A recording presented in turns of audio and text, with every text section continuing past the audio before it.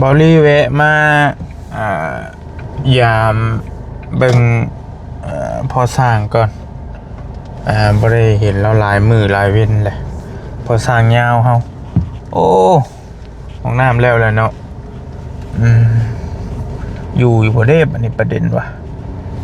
สิบ่อยู่ซั่นบ่จ๊ะ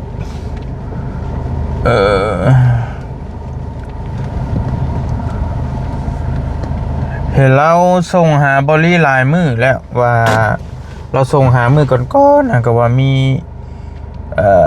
คนมาขอความช่วยเหลืออีหยังต่างๆนะแต่บอลลี่ก็เอาบ่มีเวลามาพี่น้องก็เลยงดไปก่อนมื้อนี้มีโอกาสก็เลยแวะมายามเบิ่งเราก่อนโอ้ห้องน้ำแล้วเนาะห้องน้ำกระทัดรัดเป็นสีมือของเราเองและเราเฮ็ดเองแล้วนี่พี่น้องเห็นปะสีมือของสร้างยาวเนาะสีมือฝนตกแล้วนี่พี่น้องไอ้เบิ่งโอ้ยเปียกเบิดเลย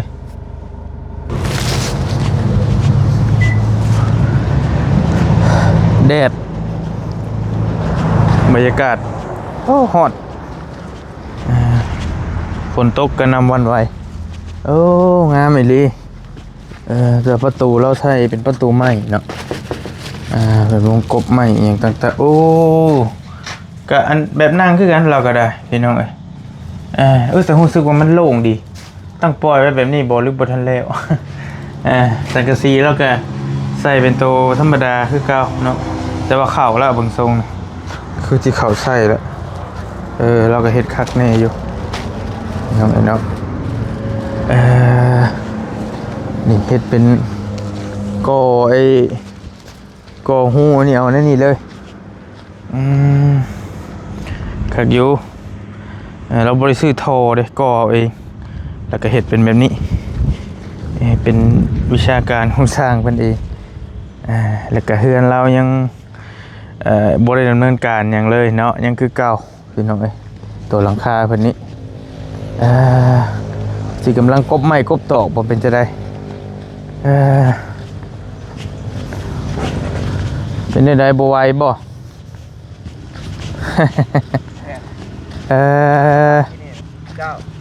สวัสดีโอ้แดดดีๆรอพี่น้องอยู่2เท่าป่ะแน่นมองถ้ากับเมื่อเพื่อนมาจบเจ็บใจมันไปจบหมูดูโฮมนี้เราก็ได้พี่น้อง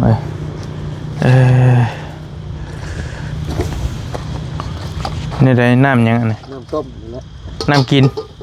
ว่าแล้วต้มน้ำกินเป็นข้างไว้ไหมหมูต้มน้ำ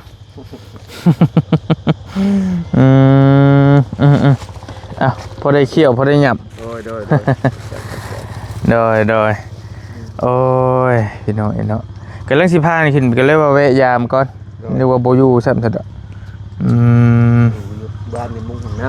ำแล้วเราบ่แล้วจะตั้งป้ายแล้วนั่นบ่ของน้ำกะนั่นแหละทางข้างมันจะกับป้ายแล้วนั่นติบางก้อนมึงคันมานั่นก็มันก่อขึ้นอีกกับมันก็โล่งดีอยู่ได้เลยก็สมมุติว่ามันลมเข้าอากาศเขาเห็นไหมฮัดคือซีฮัดเนี่ยเข้าไปตัวเย็นแนวแม่นแล้วคันป้าฉันก็โอเคอยู่ได้โล่งคักอยู่ตาโลว่าเห็ดกระเทิบลงมาเนี่ยพออะไรมันรวมกันดังคืนดังไฟโดยพวกไม้ยังเคยข่าวโบราณไหมแล้วขึ้นแล้วเดี๋ยวไปเบิ่งไม้เบิ่งตอกกันเลยสุกเลยป้าให้นี่เรากินกันได้กินข้าวนี่เราบอกข้าวเที่ยงเราบอกกำลังหากระยาพักผ่อนยันหน่อยจะกินโดยเมื่อยห่อนพี่น้องห่อนแห้งห่อนแล้วเป็นมายามก่อนจักน้อยเลยถามข้าวอยู่ว่าสิแชทลินน้ำคือบ่เห็นออนโทรศัพท์นั่นปะ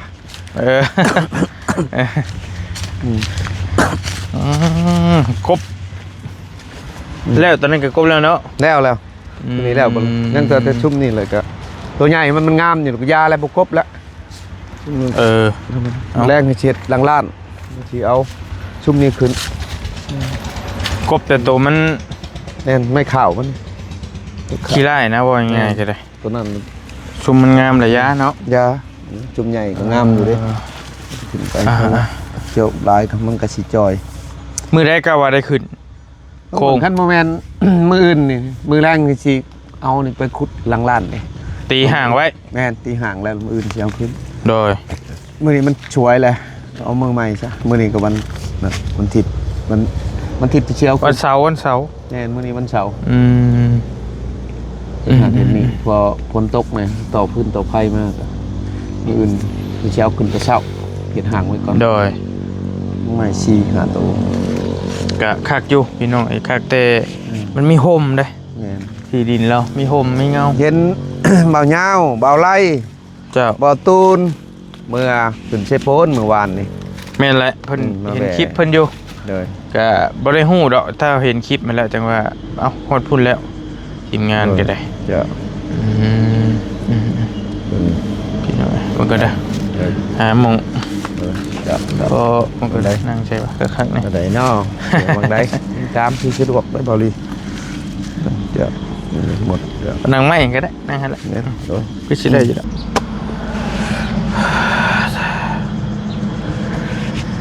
กำลังสิขึ้นไปทั้งเหนือพุ่นแหละเฮาก็ได้ขึ้นมาก็เลยแวะมาเยี่ยมก่อนแต่ว่าบ่แม่นเหนือเชโปนดอกแวะมาเยี่ยม น้องอูน้องอีนี่บ่ น้ำพอสร้างจักว่าสิเลาะไปฮอดทางใดก็ยังมาเบิ่งก่อนเบิ่งตัวจริงกันเจาะน้ำให้เขาเนี่ยอยู่พารานหัวยังบ่ได้ไปใกล้เลย มันเบาแก้วไปผมบ่จังเนาะ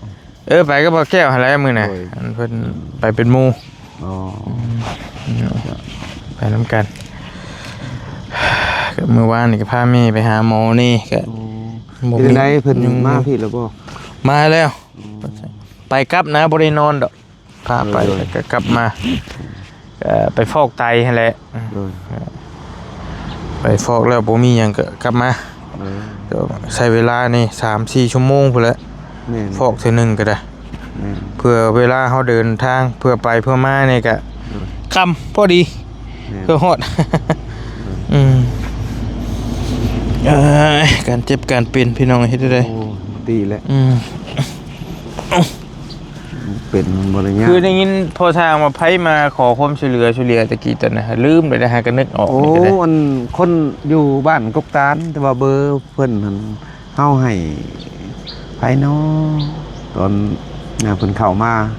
ช่วงหนึงเพิ่นให้โทรหาแล้วเจ้าของก็บ่ได้โทรหาเพิ่นบัดนี้เบอร์เพิ่นจดไว้ให้แล้วก็มันก็เสียแน่เพราะว่าคนสิเว้าก็ลูกไปทำงานหลายปีแล้ว แต่เก่าเห็นยินข่าวอยู่ไทยเพิ่นบัดนี้เลยสมอยเลยนะเราก็มาจอบช่องเทือแล้วก็บ่ครบกับทีมงานเอาเลยเอาเบอร์เพิ่นเมียนเพิ่นว่าให้มาเดี๋ยวโทรหาในเด้อแล้วก็เฮาก็โอ้ลืมแต่ช่วงพุ่นแหละแต่พอสร้างขุดคุ้มของน้ำพุ่นแหละช่วงนั้นแล้วก็บ่เห็นเพิ่นกายแต่เก่าเห็นเพิ่นกายมาในหน้าแถวนี้เพิ่นไปหน้าบ่หรือไปไสเฮาวันนั้นบ่จื้อเพิ่นปานใดเฮาก็บ่แม่นคนพื้นฐานอยู่แถวนี้เพิ่นมาผมเฉลยอยู่นี้นะ เพิ่นให้ตามหาลูกสาวบ่ แม่นตามหาลูก โอ้ สาวไปทำงานอยู่ไทย แต่เก่านี่เห็นข่าวเงินคำกับภาคอยู่บัตรเดียวนี้ละชะม้อยเพิ่นว่าเป็นปีแล้วบ่2 ปีแล้วบ่เพิ่นว่าทำรายงานนะ โอเคตามหาญาตินะ แม่น ประมาณ แม่น ตามหาลูกโอ้ เลยจักเอาให้คลิปภายนอกเบาเพิ่นว่ามีแต่มันยังเฮาเลยลืมมื้อนั้นน่ะบ่สุกเฮาเอาเบอร์ให้ไผอันนั้นน่ะได้ยินแต่ว่าไป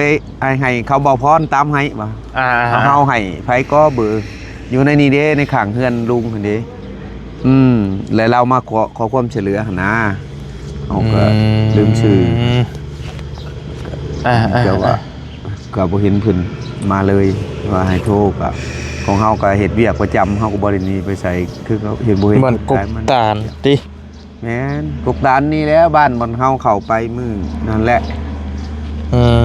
โดยตามหาญาติ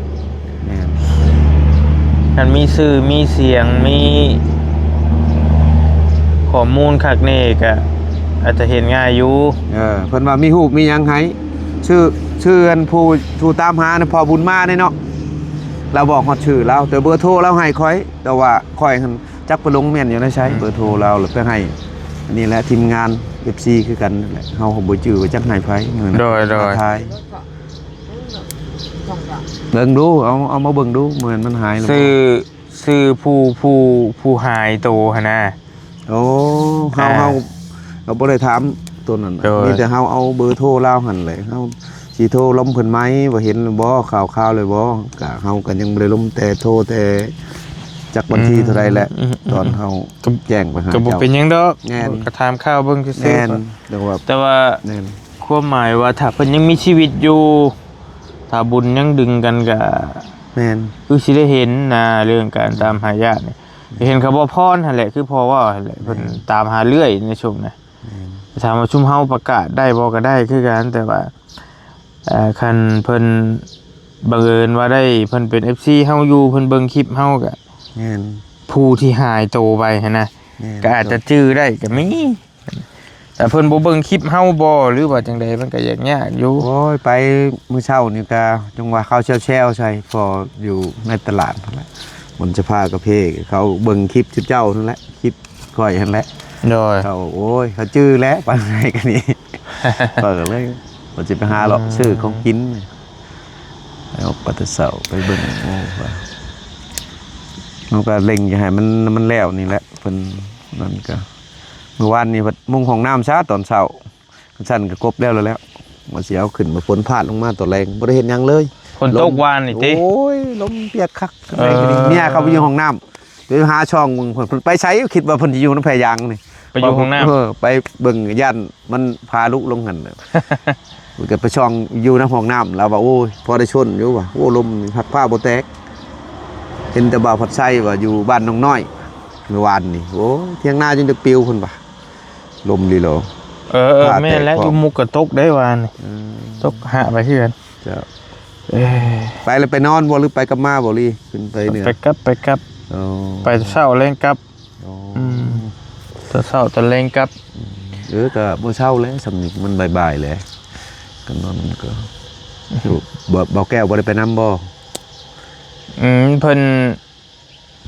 จักบ่ได้ส่งหาเพิ่นจักอยู่ทางใด แม่นบ่เบิ่งมีพ่อบุญมาได้จังว่าเบิ่งดูแม่นบ่ อย่าดอกบ่เห็น ยาแล้วบ่เห็นแล้วก็ยาแล้ว ส่งให้เฮาก็ได้ บ่เป็นหยังดอก วันนั้นก็ อืม แต่นึกว่า อัน เพิ่น นั้น อยู่แถวใกล้ๆแถวนี้หั่น แม่ นะ นแม่นจะ ก็สิให้เพิ่นมา แม่น สมมุติว่าเพิ่นไกลก็ย่าแล้ว ฮะใช่อันนี้มันเป็นเบอร์พ่อบ้านนายบ้านอันนั้นว่าหน้าแพกหรือว่าเขาเขียน แค่ผู้ เอาแม่ผู้ก็แม่นเลยนายบ้านหน้าแพกอัน เป็นขั้นตอนกูอยากได้ลูกมาเลี้ยงจักเป็นในชะม้อยเลย ยังสิเอาอยู่บ่ยังสิ จักแล้วข่อยก็เบิ่งมันสภาพการนี่แหละยากใจอยู่มันก็มันมาอ่านเบิ่งแล้ว เลย ฮะ ให้แม่เลี้ยง อีกเอ้าเจ้า เอ้า ในสุวรรณ เจ้าบ่ นะ เลี้ยงบ่ใช่เอ้ย เลี้ยง เลี้ยงแล้วยันเลี้ยงหมูกุ้มลูกนั่น ตอนจับมาได้ เอ้าจังว่าแต่เบาลีบาดนี่โอ้โห เอ่อ มันยังก็ว่าไม่ด้วยบาดไหนมันใกล้ๆอ้าววันนึงเอ้าก ระดูกอ่อนเลย เอ้าจังว่าแต่บาด จับ เนาะบ่เป็นจับ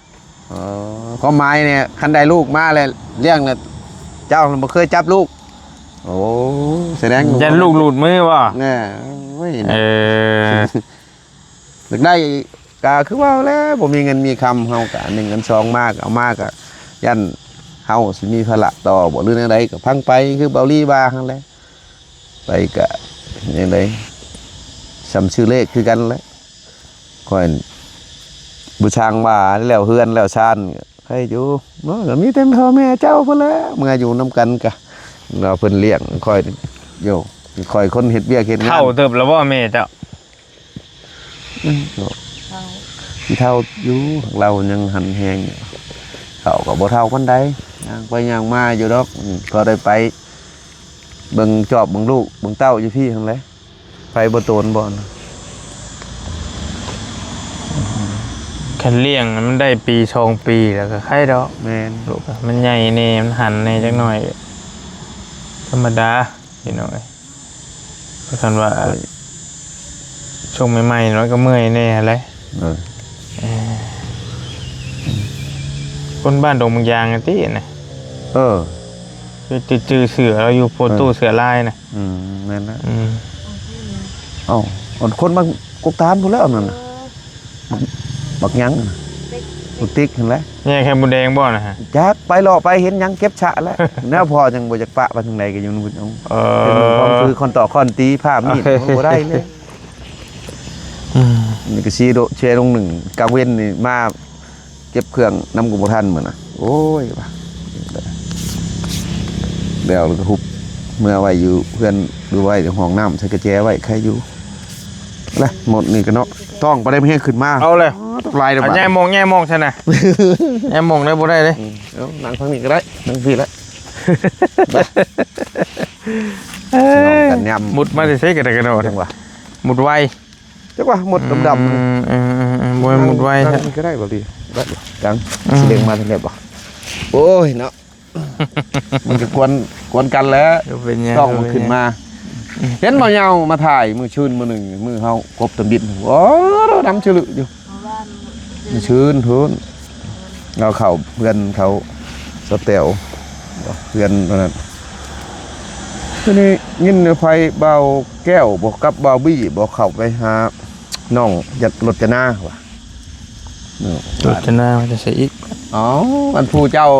อันนั้นดีไปถ่ายชุดในชุด โอเค สเปีย หู้แล้วอืมน้องรถจะหน้า แน่น ไอ้เจ้าบ่เป็นคนอยากได้ลูกเนอะหรือว่าจังใด ใครบ่จับบ่ได้บ่รี ข่อย บ่ นี่ แปะ แหละแล้วเจ้าบ่ได้ก็กี่ยันอุ้มบ่แพ้บ่ ว่าจะรุด ลุม กับมือ ยันรุดมือก็หมายเราเป็นคนบ่เฮงๆเนาะ บัดเกิดเป็นแบบมันแบบว่า มันเป็นจังหวะเป็นอย่างมาแบบเราสั้นเราอย่างไรรุดมือก็เป็นความเล่าอยู่ถึมมาโยสิกุ้มอยู่บ่ ค่อยก็หาก็ได้ยินได้บ่รีเลย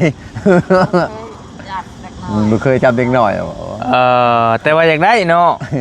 ก็หมายแต่อยากได้แต่ว่า ได้2-3 เดือนเลยใช้แนง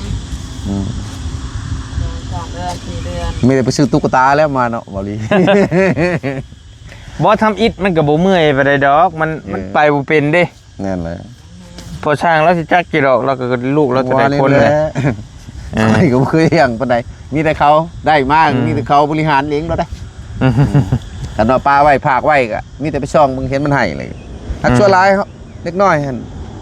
มันบ่ชูให้เด้ปลาไว้ของเฮาบ่ชูไกวชูหยังเด้ โดย มีแต่ตื่นมาป้อนข้าวป้อนน้ำเอาน้ำในเลยให้มันนอนเฮาบ่ได้โจรบ่ได้ไกวมันเลยมันบ่เป็นหยังคันสมมุติว่าให้บ่ให้ก็โจรมันนี่โว้ยผู้นั้นน่ะแล้วแหละถือว่าเจ้าบ่มีความสุขเพราะว่ามันลื่นแล้วบาดนี่ไปกระโจนมากระโจนชะเลาจอกหยอกโอ้ยเพิ่นโอ้บ่ได้บ่มีค่อยนั่นมีแต่เฮาป่าไว้ธรรมดาเบิ่งปกติเลยเนี่ยกลายแต่เพิ่นเจ็บเพิ่นไข้เบิ่ง ถามว่าเมื่อยบ่เลี้ยงลูกโอ้เติบหนึงหั่นแหละอดหลับอดนอนหั่นแหละผู้เป็นแม่ โอ้ยามเพิ่นบ่สบายเพิ่นแหละ โดย ไปหาหมออันนั้นตะกี้ก็ซักคือกันอย่าโอ้ยลุงให้ก็ให้นำแหละผู้เป็นแม่นะผู้พ่อเชื่อยังบ่ฮู้จักก็ฮู้จักอยู่แล่นใต้แล่นเหนือคือกันไปหาหมอ โดย แม่พุ่นแหล้วเป็นภาระหนัก อืม แต่ป้าคือเว้าของแล้วให้แม่เฒ่าก็โอ้ยภาระเพิ่นใหญ่เติบแล้วมันบ่แม่นแต่พ่อเฒ่าแม่เฒ่าแล้วบัดนี้พ่อเฒ่าก็สิอยู่นํกันนั่นแหละกินเลี้ยงเงี้ย เฮ็ดได้ว่าได้เว้ากับเพิ่นแหละ ว่าเฮ็ดเจ้าเฮ็ดบทบันทึกครั้งนี้บ่เช่นกันละบ่หรือว่าจังได๋ เช่นแล้วทับหูทับตาแต่ว่ามันเป็นที่ว่ายังยืนพางซื่อๆแต่ว่าตัวที่มันบ่ได้ขาดคำกันนั่นยังยืนปัญหาหลักๆเลยแม่นตัวที่เฮาบ่มีนี่แหละที่ว่าผูกคอต่อแขนเอาซ้ำเฮาเว้านี่เจ้าเพิ่นสิยืนยอมให้บ่หรือว่าแบบใดหั่นนะ ยังบ่ทันว่าตัวน่ะ ยังบ่ทันว่าเพราะว่ายังปัญหาหลักเลยคนที่ได้ออกมาในสมบูรณ์บ่หรือว่าคือเว้าหั่นแหละ เพิ่นก็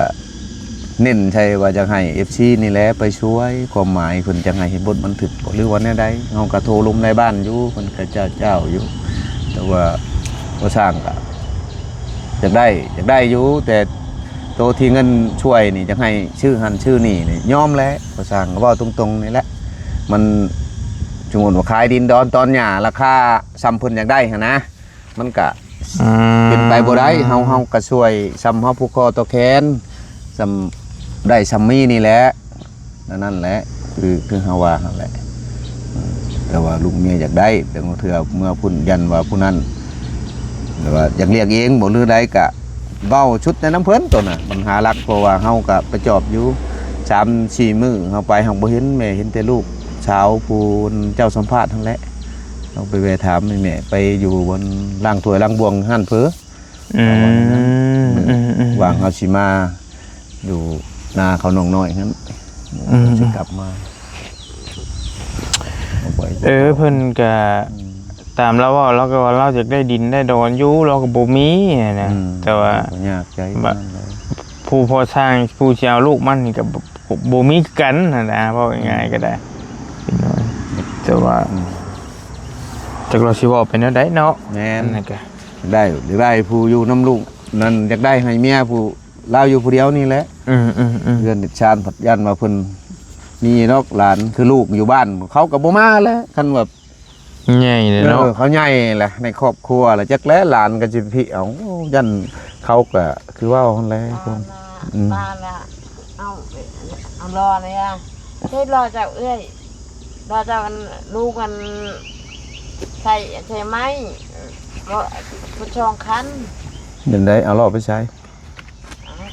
เป็นยูอย่างเล่นเป็นหน้ามันเลยเนี่ยใจจักเบิ่งตัวจริงอีกเทื่อนึงเนาะว่าได้ใดเนาะจังว่าว่าได้คำเพิ่นวิทย์ได้ลูกได้เต้าเบิ่งพอบ้านมันโทรมามันยังก็สิได้เอาเอ้ยน้องไปประสานงานไปเบิ่งตัวจริงแล้วเบิดพุ่นแล้วเอามาบ่เอามาก็สมทบให้มันตกลงกันจังเอามาได้บ่เพิ่นว่าเฮาสิเอามาเลี้ยงมาเบิ่งก็ดีออกมาบ่แข็งแรงบ่นั่นผัดพอแห้งอีกเนาะมาปิ่นมาป่วยบ่ว่าก็บ่แม่นว่าดอกเฮาใจจืดใจดำก็แต่ว่าแม่นมันบ่ให้สิทุกข์ซ้ำอีกบ่หั่นน่ะอยากเสี่ยงคือกันได้อยากได้อยู่เอามาเลี้ยงแล้วคือชายผ่านสิโทรมานี่เรื่อยๆนี่ยังมื้อใดวะมื้ออื่นมื้อฮื้ออยู่หั่นบุญทวีกับแม่โทรอยากให้มาเห็นงานพอช้างโอ้ยกันเพิ่นมามันก็บ่ยากแล้วพอได้ย่อไม้ย่อตอกซอยทั้งไปเพิ่นบ่มากเพิ่นอยู่หั่นแหละคันมีแรงมีงายไปแวะหาอยู่มื้อนั้นก็ว่าโอ้ยแต่ข้านเว้านำคือเห็นนั่นแหละคือฮู้เพิ่นนั่นแหละนั่นมันเข้าเลยแค่นี้หนึ่งเข่ายันมาหนึ่งเข้าแล้วยังกินแต่นมกินแต่มีเห็นแล้วก็กำลังจะขึ้นโค้งไว้ที่เงินสังกะสีมีหรือบ่สังกะสีเจ้ายังบ่ได้มีเลยยังคือเก่าเนาะยังคือเก่ามีแต่เจ้าเก่าว่าสิขึ้นโค้งไว้แล้วจังยะเนาะยะมีงานแล้วสิเฮ็ดหม่องอื่นก่อนลงมาแบ่งกันบางทีนี่ก็จกใส่หั่นนี่ก็แต่ละมื้อชื่ออยู่ชื่อกินแน่เฮ็ดเบียกนี่แบบหมูมาช่อยแบบชื่อของคงกินให้หมูได้กินแน่ก็เบิดไปน้ำแต่สิยังก็บ่หลายสิไว้เบิ่งซื้อตะปูกับสิจุบจักแผ่นถามเพิ่นน้องอูน้องอีหั่นแหละบ่าวตูนเพิ่นเว้านำอยู่บ่ก็นินเพิ่นเพิ่นว่ามีงบเพิ่นอยู่มื้อน่ะเพิ่นว่าเจ้าเฮิงปานใดค่อยเลยเว้าเพิ่นก็เว้าอยู่ว่ามี7-8 ล้านบ่หรือว่าจังไดนะฟังแม่นเป็นทรงถามเฮาอยู่ว่าเพิ่นมีเงินเนี่ยคือว่า8 ล้านนี่แหละ$400นะผู้ใหญ่ส่งมาให้นะและบัดนี้แหละมันก็สิปีนตีเป็นเงินกีบมันก็สิอยู่ราวๆประมาณ 14,000 นี่แหละบ่แม่น 12,000 นี่แหละนะอะไรเบิ่งนะประมาณ 12,000 แล้วก็เพิ่นคุยกับเพิ่นนั่นแหละตับมาตูนเพิ่นว่าเขาว่านั่นคันว่าพอว่างก็สิจะไปขึ้นโค้งไว้นะขึ้นโค้งไว้ถ้าบ่มีสังกะสีก็สิป้าไว้หั่นก่อนสิจ่ายเฉพาะค่าเจ้าขึ้นโค้งหั่นนะจังเว้ากันตัวนั้นหั่นอาจจะจ่ายพอครึ่งนึงบ่หรือว่าจังใดก็จังว่ากันบัดมุงสังกะสีจังให้อีกครึ่งนึงสินะจังค่อยว่ากันก็คุยกับเพิ่นอยู่เพราะยังบ่ทันมีสังกะสีตัวนั้นก็ได้และค่าสร้างก็พอ อเราเอา15,000แต่ว่าวันนี้เฮามี12,000สินะเฮาก็ไล่เอาตัวเราขึ้นโค้งน่ะก้อนไว้ก้อนขึ้นไว้ยันใหม่ตกเฮียเสียหายและกองเข่งอยู่หั่นก็ได้จังค่อยว่ากันเจ้าขึ้นนี่กับ2-3-4 มื้อกันแล้วติเนาะกะว่า นั่น เนาะ แหละนั่นได้ขึ้น ขึ้นโครงเงินเรานี่ไง จันทร์คันจะทำนั่นแหละมันเข้าเบิดก็มีแห้งดอก บ่ถึงเฮือนน้องอูน้องอีพี่น้องน้องๆอยู่ใกล้ๆประชาหั่นแหละเพราะว่าบริสั่งไม้สั่งหยังไปแล้ววันนี้แหละทางบ่อตูนเพิ่นมีค่าสร้างอยู่ประมาณ 12,000นี่แหละแต่ว่าถ้าพร้อมมุงครบเบิดแล้วแม่นพอเราเอา15,000แต่บัดนี้เฮาก็มันมีซำใดก็เอาซำนั้นก่อนนะสิให้เราไปขึ้นโครงไว้ปะไม่หันก่อนหั่นแหละถ้ามีสังกะสีก็จังเอาไปมุงข้างหลังหั่นนะก็เสี่ยงในหั่นแหละฮอดยามฝนเลยเด้อนี่มุงไว้หั่นก็แต่บ่มีผู้เพิ่นซอยก็อาจจะได้ปะไว้หั่นแต่ก็เอื้อยเพิ่นก็ส่งมาถามอยู่ว่าอยากซอยอยู่เพิ่นก็เบิ่งเงินดำเงินเดือนเพิ่นออกก่อนนั่นน่ะเบิ่งไปคือพอทางแล้วนี่เราก็ขึ้นไว้ก่อนคือกันอันนี้ก็ได้พี่น้องบ่ทันมีเงินมีทองคือกันไปนี่แหละมีผู้ใหญ่นำเบาแก้วแล้วเพิ่นว่าฟังเบิ่งก่อนได้แต่ค่าน้ำมันเพิ่นเอามาให้บ้านนี่ก็ค่าน้ำมันที่เอาไปเวียกไปงานและซื้ออยู่ซื้อกินโดยฝากไว้ตรงเมียหันโดยเดี๋ยวรถมาส่งน้ำมันบ่นี่แม่นแหละโอ้น้ำมันก็หาซื้อบ่แม่นสิค่อยๆน้องมันมาส่งน้ำมันมันคือมันยังแพงอยู่เนาะเอาเมื่อใช้เมื่อมาแต่ส่งติอันนี้น่ะแล้วจังหวะน่ะยันมาแต่ส่งอยู่เซโปนเซเป็นบ่จ๊ะลายเด้เล่นบ่ได้น้อยเด้ปั๊มมันยังมีบ่หลายเด้ความหมายว่าจังว่าแพงกะยามันแค่มันมีให้เติมเดี๋ยวนี้ฮะเติมอยู่ในหั่นนั่นพอไปมื้อเช้านี่เต็มถังเขาใช้คิดว่าเบิ่งได้บ่2หรือ3เนี่ย 70,000เด้เบิ่งปล่อยลงเลยบ่ได้ว่าเท่านั้นลิตรเท่านี้ลิตรนะของน้ำมันเฮาบกหลายแล้วเฮาใส่เต็มถังเลย 70,000บ่ผู้ที่ 70,000 น้ำมันรถจักรบ่รีเติมมื้อน่ะ12ลิตรบ่4,500,000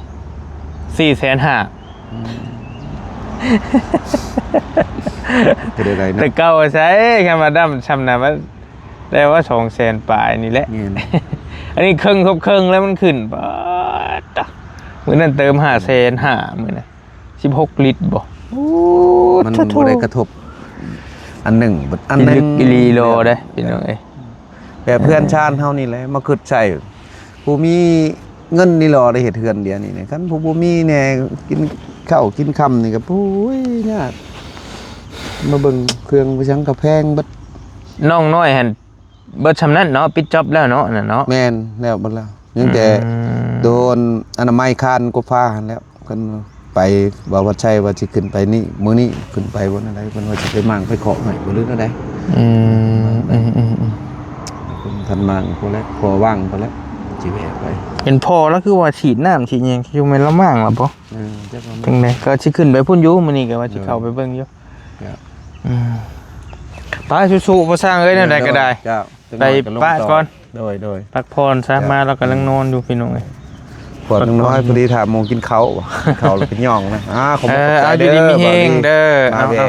โดยลำด้วยอะไรก็จังว่ากันนั้นทั้งนี้หลายอย่างเนาะกุ้มใจจักสิเฮ็ดเฮือนแน่จักอยากเลี้ยงลูกเลี้ยงเต้าในกับปานนั้นจักสิว่าจังใดโอ้ยว่ะเอาบ่เอ้ยสรุปเอาเนาะโดยโทรหาแต่พอช่างพอเฮงได้เนาะมาเบิ่งลูกชอยเด้มาเบิ่งลูกชอยนี่บ่เฮ็ดบ่ได้เฮ็ดรถงานได้บัดนี่ลูกรุดมือแล้ว